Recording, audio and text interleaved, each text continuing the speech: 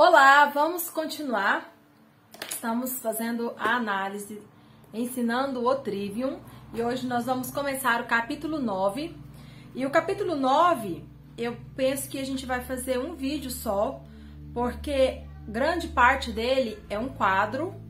Então, como eu disse, é um livro muito bom, que vale a pena ser adquirido. Então, comprem o livro, quem se interessar pelo ensino domiciliar.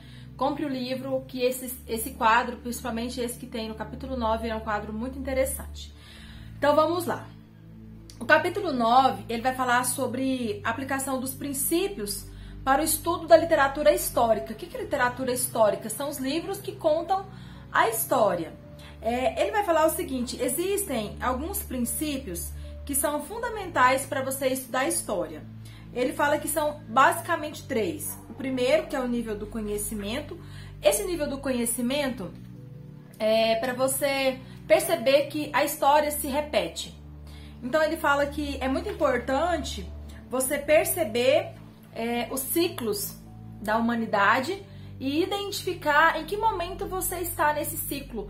Porque quando você tem conhecimento daquilo que já se passou, você consegue ter um comportamento mais assertivo para você não cometer os mesmos erros que foram cometidos quando isso aconteceu no passado, na história. Então, o primeiro nível é esse nível do conhecimento. Por quê? Porque a história se repete. Então, se você conhece o que está acontecendo e conhece o que aconteceu no passado, você consegue ter atitudes que vão te prevenir de certos danos, de certos prejuízos.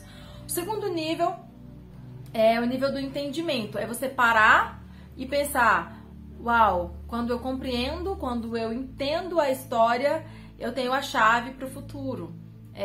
No começo do outro capítulo ele falava muito sobre isso, que estudar o passado é construir o presente com uma base para ir para o futuro. Quando você não estuda o passado, você tem que reconstruir tudo sempre de novo. Então, esse segundo nível é o nível de você entender que estudar a história te abre portas para um futuro mais sólido. E o terceiro nível, ele fala que é o nível da sabedoria. Porque volta para o primeiro, porque se você não estuda a história, você está condenado a repetir todos os fracassos do ciclo histórico, que é o que eu acabei de dizer. Então ele fala assim: se não estudarmos a história e não aprendermos as suas lições, é menos provável que interrompamos o padrão percebido por quem estuda de verdade. Então, assim, se a gente souber o desfecho de coisas semelhantes, se nós soubermos o que aconteceu para que nós chegássemos até onde nós estamos, nós poderemos saber intervir para mudar eventos e romper com um padrão que não é desejado. Então, é esse ciclo. E é interessante, vou abrir aqui um parêntese, que o autor ele sempre consegue pegar vários tópicos e relacioná-los com o Trivium, que é três pontos também. Então, ele sempre faz isso. Bom, e aí continuando, né, ainda falando sobre essa questão da literatura histórica, ele vai falar sobre a introdução para o estudo da história. Por que ele trata basicamente só da história, ele não trata de outras matérias? É isso eu que estou falando, uma conclusão que eu cheguei. Ele não trata, tipo, introdução à geografia, álgebra, matemática, ele não faz isso, ele faz isso só com história. Porque aqui ele fala algo muito importante, ele fala assim: nós precisamos distinguir com clareza um fato histórico de um registro histórico. E o capítulo 9 basicamente se resume nisso, a capacidade do leitor discernir o que é um registro histórico e o que é um fato histórico. O fato histórico é o que realmente aconteceu, mas o registro é a perspectiva daquela pessoa que escreve diante do fato que aconteceu. Então, ele vai dizer assim, ó: o historiador, ele coleta os fragmentos físicos do evento e o registra de suas descrições. Tenta interpretar essas fontes. Isso acrescenta mais uma camada de subjetividade à história. Então, ele vai afirmar que a história é uma ciência que não é tão exata. Por quê? Porque não há uma precisão entre o fato histórico e o relato, o registro histórico. Depende de muitos outros fatores para que você tenha algo preciso, para que você tenha algo exato. Então, é uma ciência que não é exata, na opinião do autor. Ele vai falar que o único grande livro de história é a Bíblia. Por quê? Porque houve uma inspiração de um autor em toda ela. Os outros não. Há a influência de quem registra o fato. E ele coloca aqui 3 pontos. Olha que interessante. A Bíblia, ela ensina fatos históricos. Por exemplo, como a origem de todas as coisas. É um fato histórico, a Bíblia registra.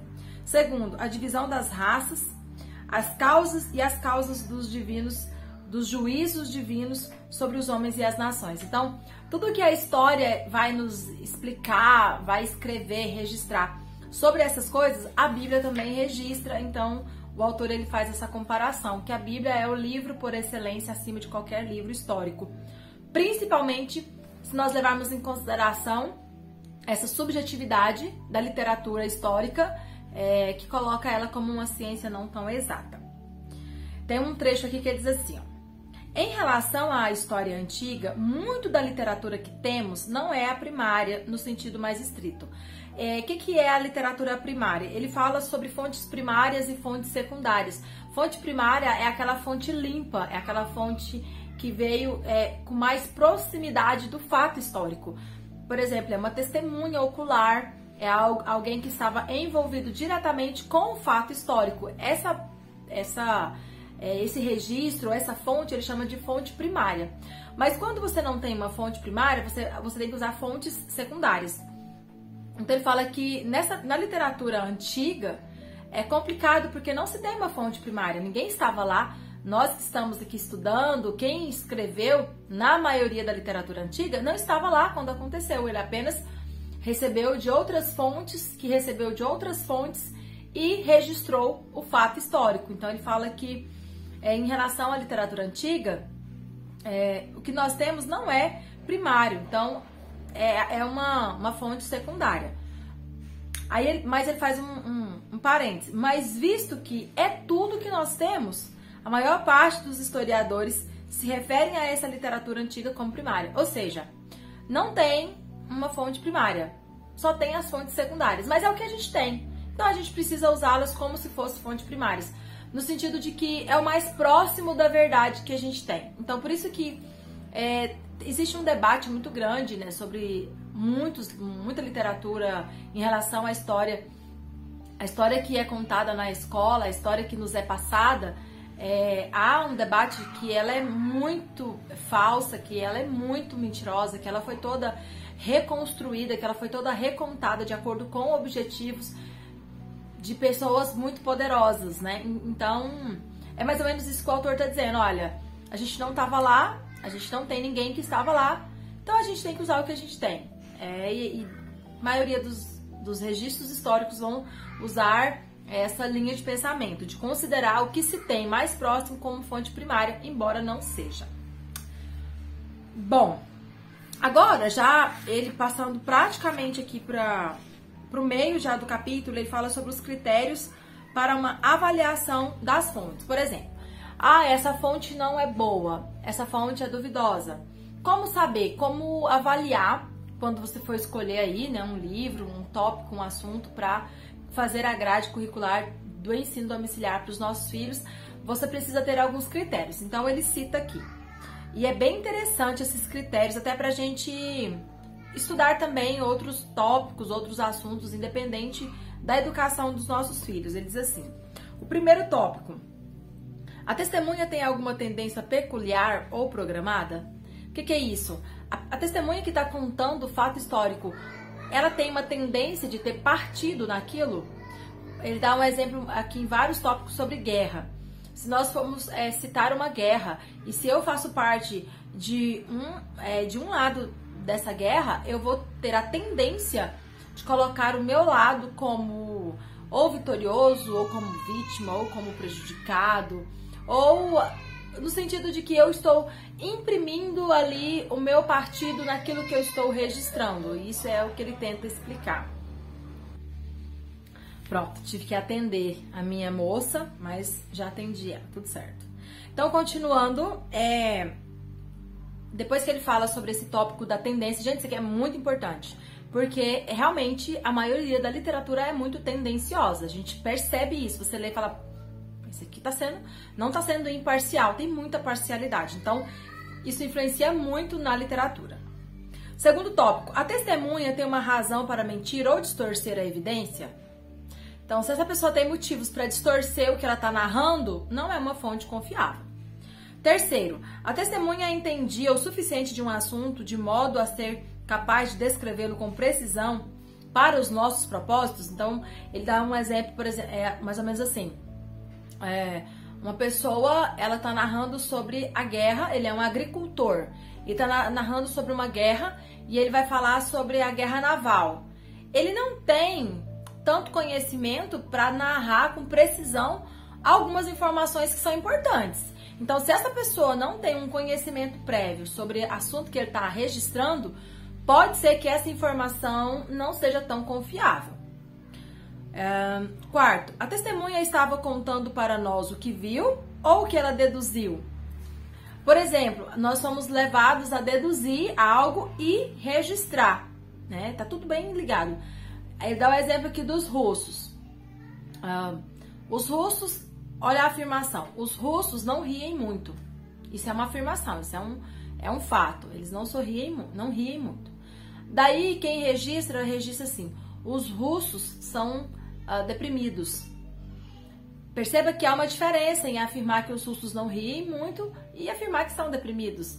Mas houve uma dedução. Há um fato e eu deduzo algo a partir daquele fato. Então, quando há uma dedução nesse registro, já não é confiável, ok?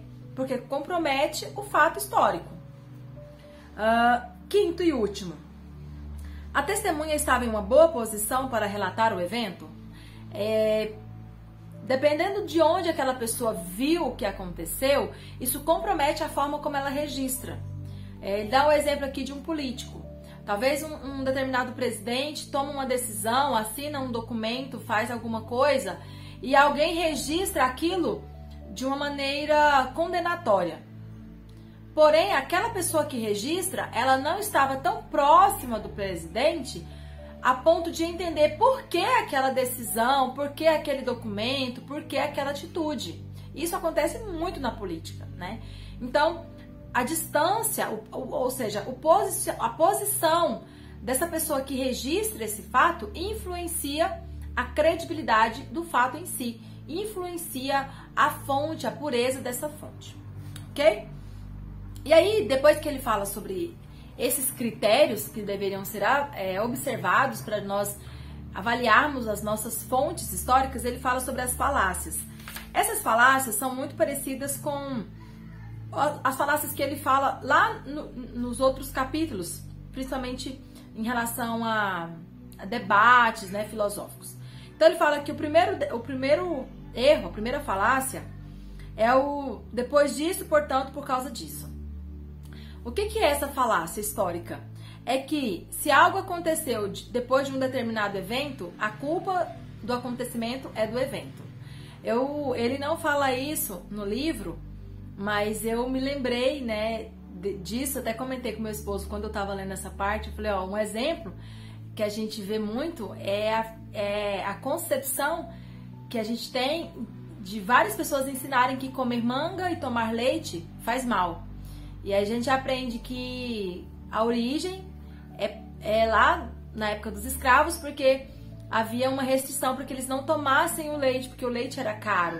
Mas a manga era abundante, então eles poderiam sim comer muita manga. Então, olha, não come manga e bebe leite, porque senão vocês vão morrer. Então, e essa coisa, e essa meia verdade, essa mentira vai sendo perpetuada. E se alguém um dia comeu manga e tomou leite e passou mal, lógico, aí por consequência a pessoa atribui a culpa à manga com leite, mas a gente ignora tudo que pode ter acontecido em torno desse evento. Então, essa falácia ela é muito usada mesmo. Se acontece algo por conta do evento, a culpa é do evento, e aí a gente cria uma tabela que sempre vai ser assim, e não é. Isso aplicado na história. A segunda falácia é o falso cenário. Esse falso cenário, ele é argumentar que algo, se algo na história não acontecesse, então todos os eventos subsequentes também nunca teriam acontecido. Ele dá o exemplo assim, ó. Se o general MacArthur nunca tivesse nascido, todos nós estaríamos falando japonês agora. Então, assim, uma possibilidade invalidada mudaria todo o curso da humanidade, e não necessariamente. Então, ele vai dizer que não necessariamente essa falácia do falso cenário faz parte da narrativa histórica. Terceiro, a falsa analogia. A falsa analogia é argumentar que duas coisas que são similares sobre certos aspectos são virtualmente similares em todos os aspectos. Então, a gente pega duas coisas que são parecidas e aí a gente acha que elas são parecidas em todos os aspectos. E não necessariamente. Elas podem ser parecidas em um aspecto, mas podem ser totalmente diferentes nos outros aspectos. Então, a gente não pode cometer esse erro quando a gente estuda história, de pegar duas coisas que são parecidas em um aspecto e atribuir essa semelhança em todos os aspectos. O quarto, eu acho que é o que mais acontece. Generalização apressada. A gente generaliza rápido demais as coisas, né? A gente fala... ele dá muito exemplo aqui dos russos, né? Dos bereanos. Os bereanos são preguiçosos, um exemplo. Eu conheci um bereano que era muito preguiçoso. Logo, todos os bereanos são preguiçosos. Não necessariamente. Você conhecia um que era. Você não pode generalizar todos da mesma forma. E eu acho que esse aqui é um dos que a gente mais pratica, né? A gente generaliza rápido demais. O quinto também é bem interessante. O quinto ele diz assim: prova pela falha de encontrar evidência contrária. O que é essa falácia? Se você não consegue encontrar algo que diga o contrário, você aceita uma meia-verdade. Ele fala aqui, ó. É admitir que algo foi provado como verdadeiro simplesmente porque ainda não se demonstrou o que é falso.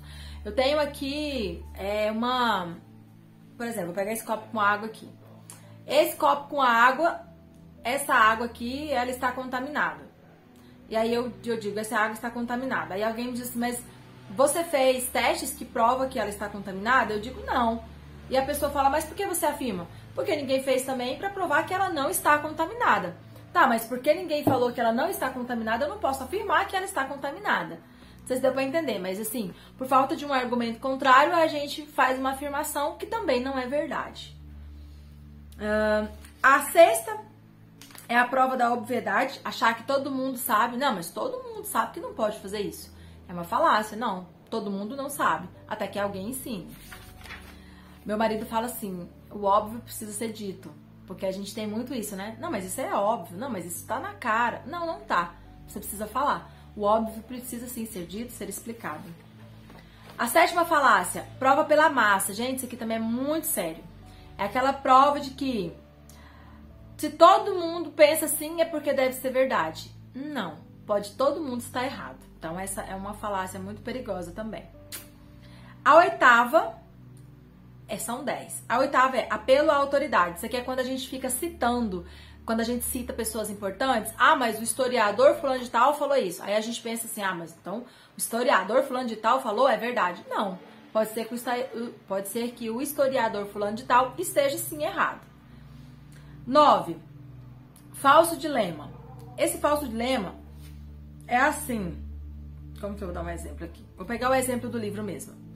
É apresentar uma questão como se houvesse somente umas poucas explicações possíveis. Quando poderia ter mais. Exemplo, a queda de Roma foi causada ou pela ausência de encanamento ou por alienígenas do espaço sideral que estavam infiltrados. Olha que exemplo bem absurdo, mas só para entender a falácia de um falso dilema. Você dá duas opções e aí você dá para o seu ouvinte, para o seu interlocutor, que ele tem que escolher entre uma das duas opções. Então, por que Roma foi incendiada? Ou por falta de encanamento, que ele fala aqui, adequado, ou por causa de invasão alienígenas. Daí alguém poderia dizer, tá, mas a primeira opção não é interessante, a segunda muito menos, então eu vou ficar com a primeira, porque a segunda não é. Tá, mas pode ser que nenhuma das duas sejam as opções, existem outras opções. Então essa é do falso dilema, no sentido de que a gente tem que escolher entre uma das opções, enquanto na verdade existem muitas outras opções. Eu achei bem interessante também essa falácia. E a última é o ataque ad hominem. O que é isso? É desacreditar certo argumento atacando a pessoa que usa o argumento. Então você ataca a pessoa e não o argumento em si. Isso também é muito perigoso, porque você não pode atacar a pessoa, você tem que atacar o argumento que ela está usando. Ok? Bom, basicamente é isso. Aqui o foco, para resumir, como eu disse que o capítulo 9 ele vai gastar mais tempo com as tabelas. Para resumir, seria nós entendermos o que é a história, o fato histórico e o que é o registro histórico. Fato histórico é o que aconteceu de fato, mas registro histórico é como aquele fato foi registrado. Ele pode ser de uma fonte primária, mas ele pode ser de fontes secundárias, pode ser de uma fonte confiável e pode ser de fontes não tão confiáveis. Então, a gente precisa sim ligar uma certa anteninha quando a gente estuda história. A gente precisa pensar que existe todas essas falácias e que existe todos aqueles primeiros tópicos de influência, de precisão, capacidade, distância, tudo aquilo a gente precisa observar, porque isso compromete como essa história, como esse registro chega ou chegou até nós, ok? E aí, no final do capítulo, como eu disse, ele vai até o final do capítulo 9 com as tabelas. E aí, o que são essas tabelas, caso você não compre o livro? Basicamente, eu fiz aqui um resumo. O resumo das tabelas é fazer um paralelo entre o estudo da história e a relação dos relatos bíblicos. Por exemplo, ele vai comparar o que acontece na história, o que a Bíblia diz sobre aquilo e o que a literatura histórica diz. Então, imagine na sua mente aí 3 colunas: fato histórico, registro bíblico, registro histórico, ok? Então, vamos pôr, quais seriam os principais eventos? Os reis de Israel, reis de Judá, coroação desses reis. Que mais que ele cita?